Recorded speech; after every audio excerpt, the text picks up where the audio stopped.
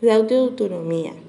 El ratio de autonomía financiera es un cociente que nos indica la relación entre los fondos de la empresa y la deuda que ésta tiene. El ratio de autonomía financiera expone la relación entre el capital propio y el conjunto de capitales permanentes.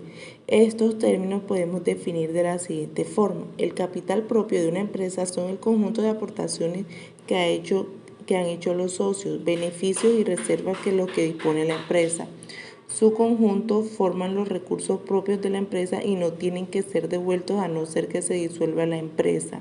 El capital permanente está formado por los recursos financieros propios y la deuda externa con otras entidades. ¿Cómo se calcula el ratio de autonomía financiera? El ratio de autonomía financiera se calcula como la división de capitales propio entre los capitales permanentes, quedando autonomía financiera igual capitales propios sobre capitales permanentes. La autonomía financiera indica a la empresa su dependencia de la financiación externa. Por lo tanto, cuanto mayor sea este ratio, mayor será la autonomía que tiene la empresa. El nivel óptimo del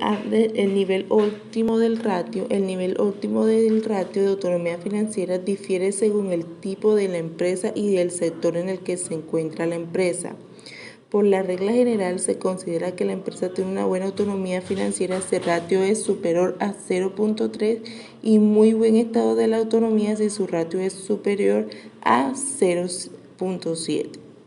Importancia de la autonomía financiera. Además de la dependencia de recursos ajenos, la autonomía financiera expone la mayor o menor dependencia de la empresa de proveedores de capital extranjero y enseña la forma en cómo se financian los activos de la empresa.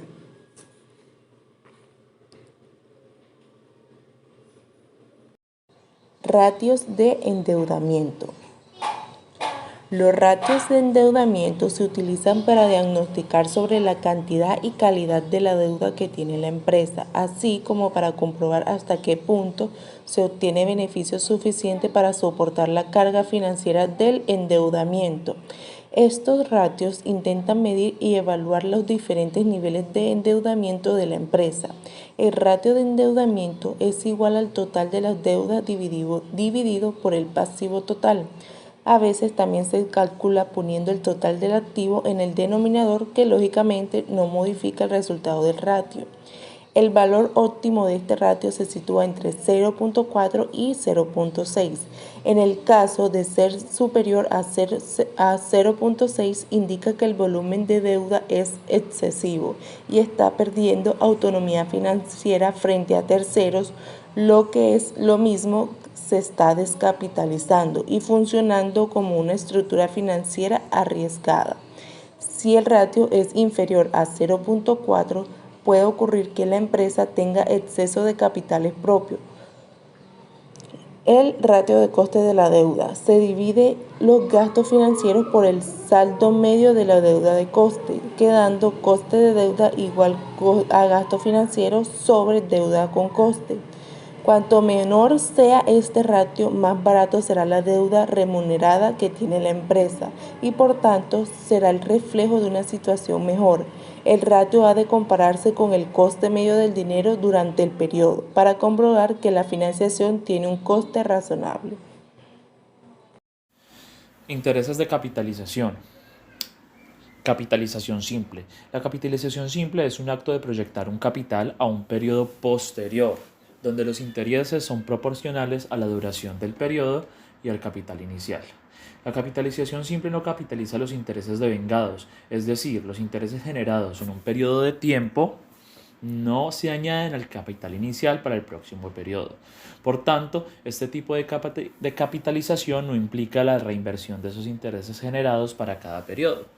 Por esta razón, la capitalización simple se suele usar en operaciones inferiores en periodos de un año.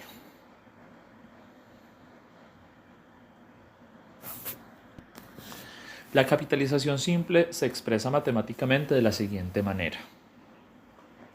CF igual a CI por 1 más I por N, donde CF equivale al capital final CI al capital inicial, I al tipo de interés y N al tiempo o plazo expresado en años. Por tanto, el capital final de una operación dependerá tanto del capital inicial como del tipo de interés y el plazo de operación. ¿Qué quiere decir esto? Que todas estas serían variables. Destacar que el tipo de interés suele ser anualizado, por ello el plazo viene expresado en años. Para ejemplificarlo de mejor manera, vamos a considerar el siguiente escenario. Invertimos $1,000 en un activo financiero. El plazo que vamos a poner sería de 6 meses y el tipo de interés sería anual, un 3%. Ahora queremos saber cuánto será nuestro capital al final de la operación y para ello solamente tenemos que sustituir los datos en una fórmula matemática, la fórmula que expresé anteriormente. Capital final sería igual a 1,000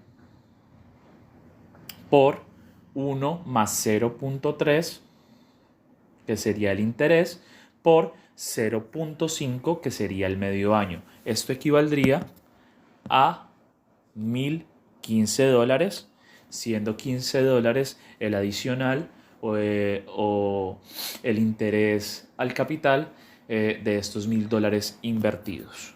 Cuando vemos los intereses generados en la operación han sido $15. Como el plazo era de 6 meses, la variable n que pusimos, que es 0.5, o sea, el medio año, para expresarlo en términos anuales. Ahora bien, imaginamos que el plazo en lugar de 0.5, o sea, 6 meses, sería diferente. Si fuese un año, pues se podría proyectar a $30. Si fuese 2 años, $60 y así sucesivamente. Se permanecería en un interés fijo, ya que se planteó como anual del 3%. Vamos a continuar hablando de los intereses por capitalización y en este caso vamos a hablar de la capitalización compuesta después de haber hablado de la capitalización simple. La capitalización compuesta es una operación financiera que proyecta un capital a un periodo futuro, donde los intereses en este caso sí se van acumulando al capital para los periodos subsiguientes. En economía financiera, la capitalización compuesta tiene en cuenta el capital aportado inicialmente, así como los intereses generados en todo el tiempo. De esta manera, el resultado no estará compuesto solamente por la aportación inicial y de los intereses generados sobre este, sino también de las ganancias generadas como consecuencia de la incorporación de los intereses al principal de manera acumulativa. En este caso se puede decir que los intereses generan más intereses. Es por ello que este tipo de capitalización se suele usar para operaciones superiores al año. Imaginémonos lo siguiente. Invertimos 10.000 euros en un activo financiero a 5 años. El producto da una rentabilidad anual de un 5%. Vamos a tener entonces que al final del primer año tendremos 10.000 euros depositados más el interés generado de un año, que sería 50 euros. Al final del primer año tendremos 10.050 euros. Para el cálculo del capital al final del segundo año, el tipo de interés se estima sobre los 1.050 euros que teníamos al inicio. Y así sucesivamente. ¿Qué quiere decir esto? Que si al cabo de un año ya hemos acumulado 50 euros de interés sobre los 10.000 iniciales invertidos, al cabo de los 2 años vamos a calcular el interés sobre los 1.050 que se tenía al cabo de un año y no sobre los 1.000 euros que se tenían en el periodo inicial. Al igual que en la capitalización simple, también tenemos una fórmula matemática para hacer el cálculo. Entonces tenemos que la fórmula es capital final igual a capital inicial por 1 más tipo de interés anual elevado a la n, donde n, pues ya sabemos, es el plazo o tiempo expresado en años y es el tipo de interés anual, CI capital inicial y CF capital final. Vamos a hablar entonces de un ejemplo como tal. Entonces vamos a hablar de que se invirtieron 10.000 euros en un producto financiero, la operación genera un tipo de interés anual de un 5%, el plazo de operación son 5 años y el tipo de interés en este caso sería con capitalización.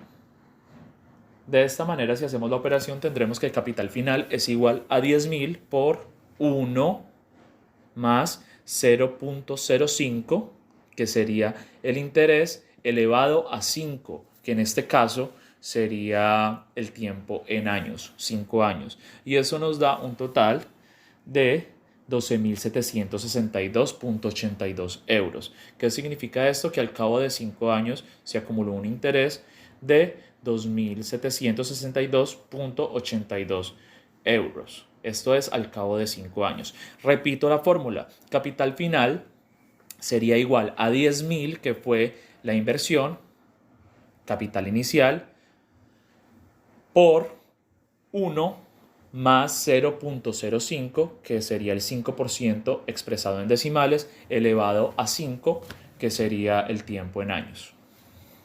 En este caso, pues ahí tenemos el rendimiento en intereses para esta inversión, que sería de 2.762.82 euros.